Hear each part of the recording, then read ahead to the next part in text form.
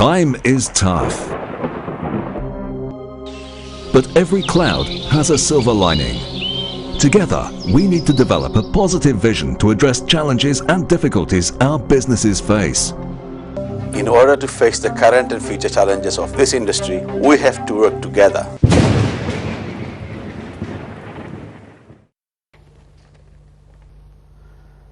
Assalamu alaikum, welcome, good afternoon. Today's show is called Challenges for Caterers. And today's guest I have with me on my right, Mr. Enam Ali MBE, who is the founder of British Curry Awards, the founder and the editor of Spice Business Magazine. And I do not think I need to introduce him more. I think everybody who's watching us knows Enam Ali MBE very well. On my left, I have Imran Jabbar, who is the head of marketing for Cook.com. And also next to Imran, I have Ashmia, who is an experienced restaurateur in this sector, who has been in the trade for over 18 years. Today we're going to have a discussion and a debate about the challenges that our industry facing, especially about raising awareness for all our business, all the caterers, about online ordering system, staff shortages, the high increase of energy bills, the high increase of prices for all the goods and services that the industry is facing. At the same time, we are facing very stiff competition from other sectors in eateries, like the new Mexican food which is coming in and affecting our industry, as well as tough competition from big Indian chains who are buffet restaurants, who are just using the Indian food name and marketing sort of a hyper value food. So first of all, I would like my guest and also my uncle, so I'm going to refer to him as my uncle sometimes because I've never used to saying his name anyway. So for him to say a couple of words about the industry, because he's in the thick of it with the Spice Business Magazine, with everything with the Guild of Bangladeshi Restaurants.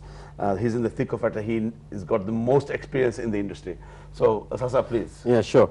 First of all, thank you, Shalem. It is it's such a brilliant timing I think we have come up with. And I always appreciate for your contribution. We very highly regarded your contribution, even though you're making money, of course.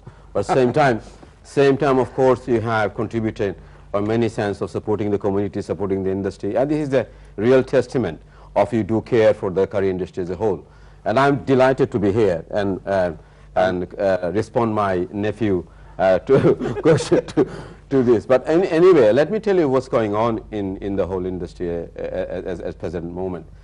You have seen, media has reported the crisis is really extreme, and many restaurants been closing. I have seen some of the people not able to take their day off because of severe shortage of skills, and that is one of the problems. This is a severe problem because always depending on the restaurant sector of the chef, and there is a real problem. But what I'm expecting is it's not going to sitting down and just keep on nagging and just to you're sharing your anxiety. You must do an act, which is government are very happy to listen, which is I'm trying to report back to the government as soon as possible. Well, so the government's going to do nothing for us, really. Of course, we have to. No, there's a possibility. The argument has suggested that there is a government mandate. It has to be reduce the migrants on terms of not 100,000, it's going to be 10,000. I appreciate that fully. Now, our argument is not that. It has to be demonstrate to the government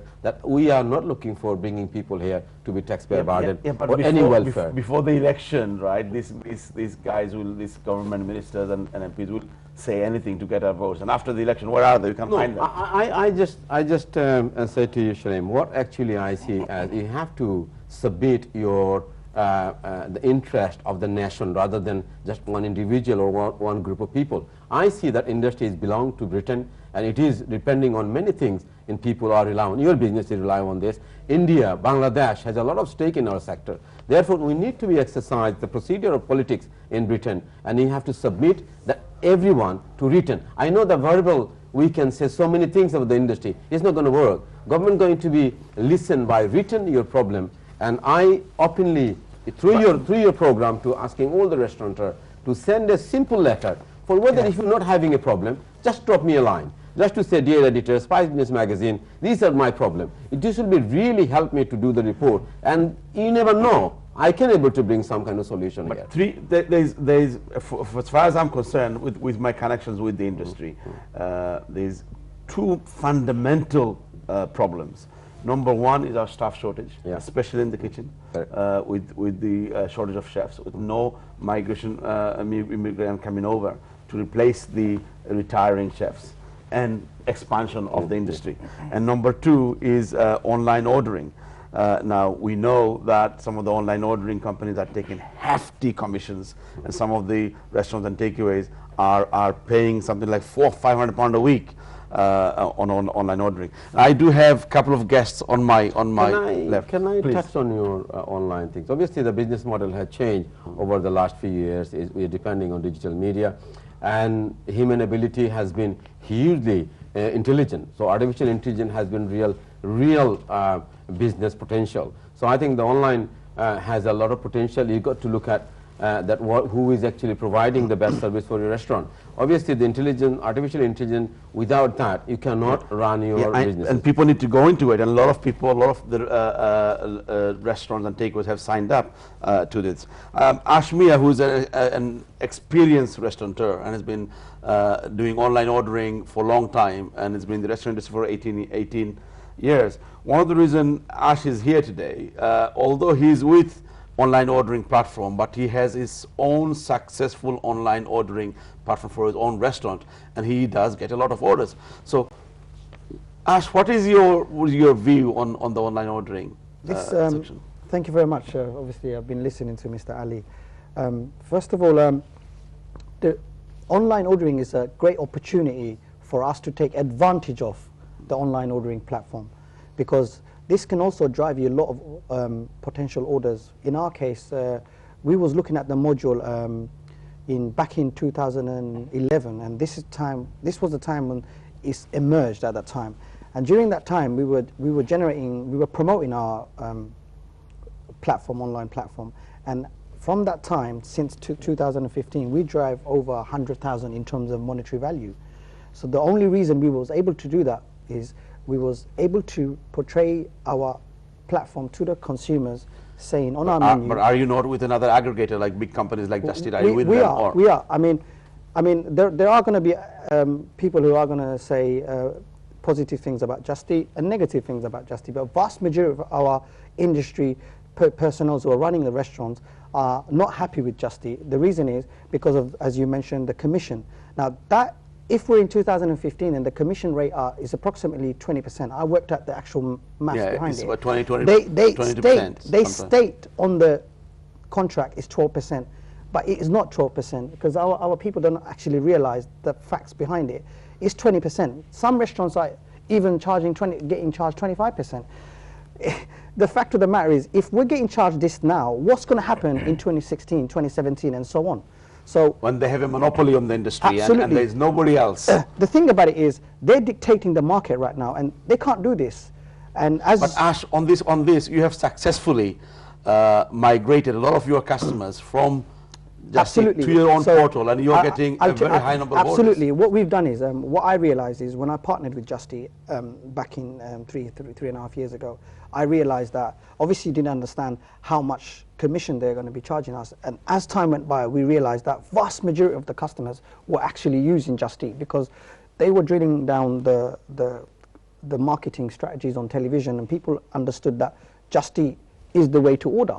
And as time went by, people were using Just Eat. And so what are you doing now? What we're doing is we're utilizing the data from Just Eat, and we send the customers text messaging services informing that we have a platform that they can order as well. So the customer is aware that we have our own. And that's your own website? Website, which is obviously hosted by cook.com, but before you came along, we was with Currys Online. And I'm independent today, guys. I'm independent today. Let me come back to you. I've been involved with brand advocacy for many years, But I think it will be unfair for talking anybody's brand name here. It will be not right to make a comment. You have to, without naming, you have to mention that people understand who is who. I think otherwise it's unfair, because these people are not here. So what you are suggesting, perhaps, is differ to the viewer. So I think. I think since everybody knows about that company, but there's so much. I'm not defending anyone. I'm not represent anybody here.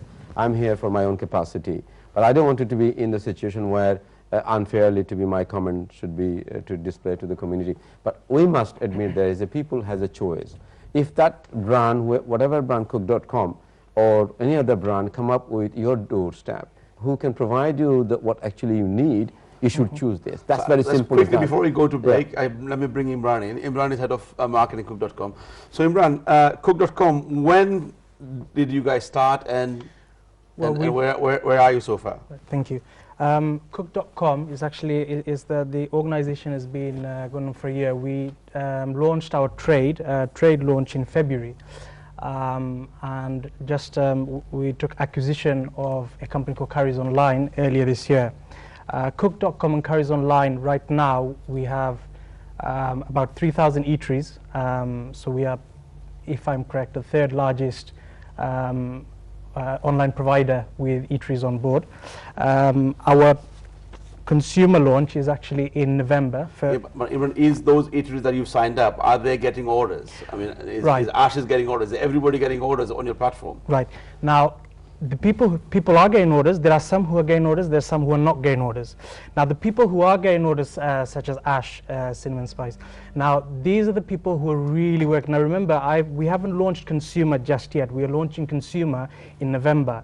Now, we've launched trade, where we provide websites and the apps. Now, these are sort of bespoke, tailored to. So, say for example, Ash's website is a Cinnamon Spice website, and his app is also a Cinnamon Spice website. Now, the people who are getting orders, these are the people who are really, really working and really marketing and sort of getting that word of mouth out there. So these are the people who are getting orders. The people, sorry. So what I was going to say is, so basically the message is that if the online ordering website is there, so yes, we've made an online ordering website, even if it's for Cinnamon Spice or Lerage, and if the restaurateur does not market his website, they will not get any orders. However, if they put that elbow grease in, and they really, really market the platforms that we give them, they will drive orders. They most definitely will drive orders, and such as Ash is obviously driving orders. Yep. But I hear through my Eurofoods connections to a lot of the customers who have joined cook.com. Yes. Although I have interest in both companies, are not getting the orders. So why are they not getting the orders? So why is Ash getting the orders and the other guys are not getting the orders? Right now, our community, especially the Bangladeshi community, I mean, cook.com has various, it's multi-cuisine. We have absolutely everything from Indian to Chinese to Jamaican. Yeah, I just want to consider why they're not getting orders. They're not getting orders because they haven't. Since we have pushed them live, the moment they have gone live, they're not doing anything. Okay. They're expected to just plug. Okay, Imran, we're going to have to go for a break because that's what the ads pay for the show. So we have to go for a break. When we come back, we'll pick this up and then we'll go into the staff shortages and the chefs. Sure. That was what the industry is facing. Sure. So we're going to go for a break and hope to see you soon again. Thank you very much.